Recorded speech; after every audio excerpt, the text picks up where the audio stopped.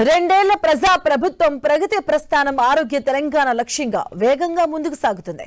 పెద్ద సంఖ్యలో వైద్యులు, పారామెడికల్ సిబ్బంది నియామకం జరుగుతుంది. వైద్య, నర్సింగ్ కళాశాలలు, అందులో సీట్ల సంఖ్య పెంపు నుంచి 2000 పడకలతో ఉస్మానియా నూతన ఆసుపత్రి నిర్మాణం, జోరుగా కొనసాగుతున్న టిమ్స్ పనుల వరకు మొత్తంగా తెలంగాణను మెడికల్ హబ్ గా తీర్చిదిద్దుతోందని రేవంత్ రెడ్డి ప్రభుత్వం చెబుతుంది.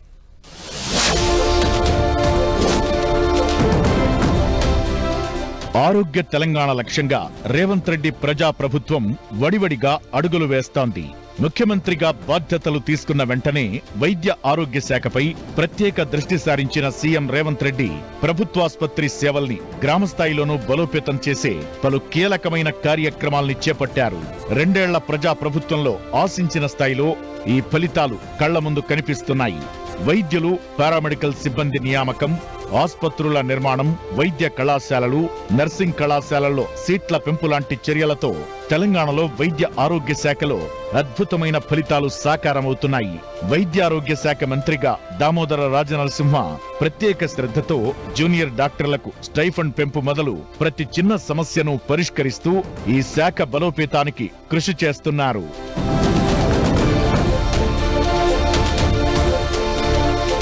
ప్రజాప్రభుత్వంలో రాజీవ్ ఆరోగ్యశ్రీ కింద ఉచిత వైద్య పరిమితిని 5 లక్షల నుంచి 10 లక్షలకు పెంచారు.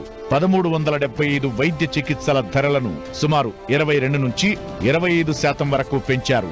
కొత్తగా 163 రకాల చికిత్సలను ఆరోగ్యశ్రీ పరిధిలోకి తీసుకొచ్చింది ప్రభుత్వం. ఇలా ఆరోగ్యశ్రీ కింద 1835 చికిత్సలు చేరాయి. లక్షల మంది రోగులకు ప్రయోజనం కలిగింది. ఆరోగ్యశ్రీ నెట్వర్క్ ఆసుపత్రుల సంఖ్యను గణనీయంగా పెంచారు.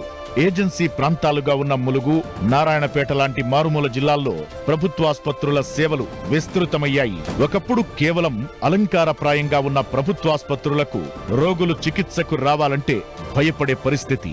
ఇప్పుడు కార్పొరేట్ తరహా వైద్య సదుపాయాల కల్పనతో మెల్లగా మార్పు వచ్చింది. వైద్యులు, నర్సింగ్ సిబ్బంది, ఫార్మసిస్టులు, ల్యాబ్ టెక్నీషియన్లు, ఫిజియోథెరపిస్టులు, వైద్య కళాశాలల్లో ప్రొఫెసర్లు, సివిల్ అసిస్టెంట్ సర్జన్ల సంఖ్యను పెంచేందుకు భారీగా నియామకాలు చేపట్టింది. ఇలా రెండేళ్లలో 9000 పైచిలుకు పోస్టులు భర్తీ అయ్యాయి. మరో 7000కు పైగా పోస్టుల భర్తీ జరగనుంది. కొత్తగా 9 ప్రభుత్వ మెడికల్ కాలేజీలొచ్చాయి. ఒక్కో కాలేజీలో 50 సీట్లతో 450 ఎంబీబీఎస్ సీట్లు రాష్ట్ర విద్యార్థులకు అదనంగా వచ్చాయి. ఇలా ఎంబీబీఎస్ కళాశాలలో సీట్ల సంఖ్య 3690 నుంచి 4140కి పెరిగింది. ఉస్మానియా, గాంధీ, కాకతీయ మెడికల్ కాలేజీ విద్యార్థుల సౌకర్యం కోసం 204.85 కోట్లతో కొత్త హాస్టల్స్, బిల్డింగ్స్ ను మంజూరు చేసింది ప్రభుత్వం. జూనియర్ డాక్టర్ల స్టైఫండ్, సీనియర్ రెసిడెంట్ డాక్టర్ల గౌరవ వేతనాన్ని 15% పెంచింది. దేశంలోనే అత్యధిక స్టైఫండ్స్ ఇస్తున్న రాష్ట్రాల్లో తెలంగాణ టాప్ 5లో ఉంది. కొత్తగా 16 నర్సింగ్ కాలేజీలు అందుబాటులోకొచ్చాయి. ఒక్కో నర్సింగ్ కాలేజీలో 60 సీట్ల చొప్పున అదనంగా 960 సీట్లు తెలంగాణకు వచ్చాయి. నర్సింగ్ కాలేజీల సంఖ్య 21 నుంచి 37కు పెరిగింది.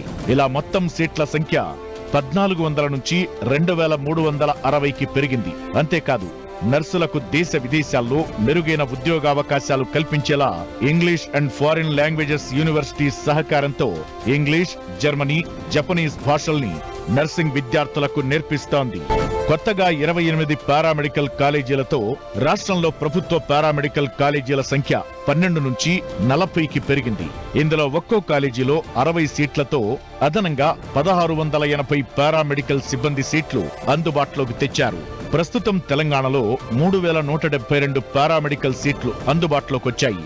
ప్రతి జిల్లాలో ఎన్సీడీ క్లినిక్స్ తో 50 లక్షల మంది పేషెంట్లకు వైద్యం అందుతోంది. అన్ని జిల్లా కేంద్రాల్లో డే కేర్ క్యాన్సర్ సెంటర్లను ప్రారంభించారు. కిడ్నీ సమస్యల పరిష్కారానికి డయాలసిస్ సెంటర్ల సంఖ్యను పెంచారు.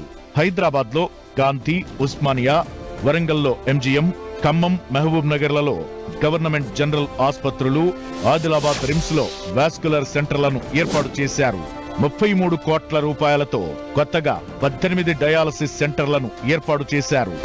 ప్రతి మండలానికి అంబులెన్స్ ఉండేలా కొత్తగా 213 అంబులెన్స్లను ప్రారంభించారు. గిరిజన ప్రాంతాల్లో ఎమర్జెన్సీ రెస్పాన్స్ టీమ్స్ 14 నిమిషాల్లో చేరుకుంటున్నారు. గ్రామీణ ప్రాంతాల్లో 18 నిమిషాల నుంచి 13 నిమిషాలకు తగ్గింది. త్వరలో మరో 77 అంబులెన్సులు తీసుకురానున్నారు. ఇలా 74 ట్రామా కేర్ సెంటర్లు అందుబాటులోకి వస్తున్నాయి. మొత్తంగా ప్రజా ప్రభుత్వంలో తెలంగాణను మెడికల్ హబ్ గా మార్చే ప్రణాళికలు అమలు దిశగా వేగంగా సాగుతున్నాయి.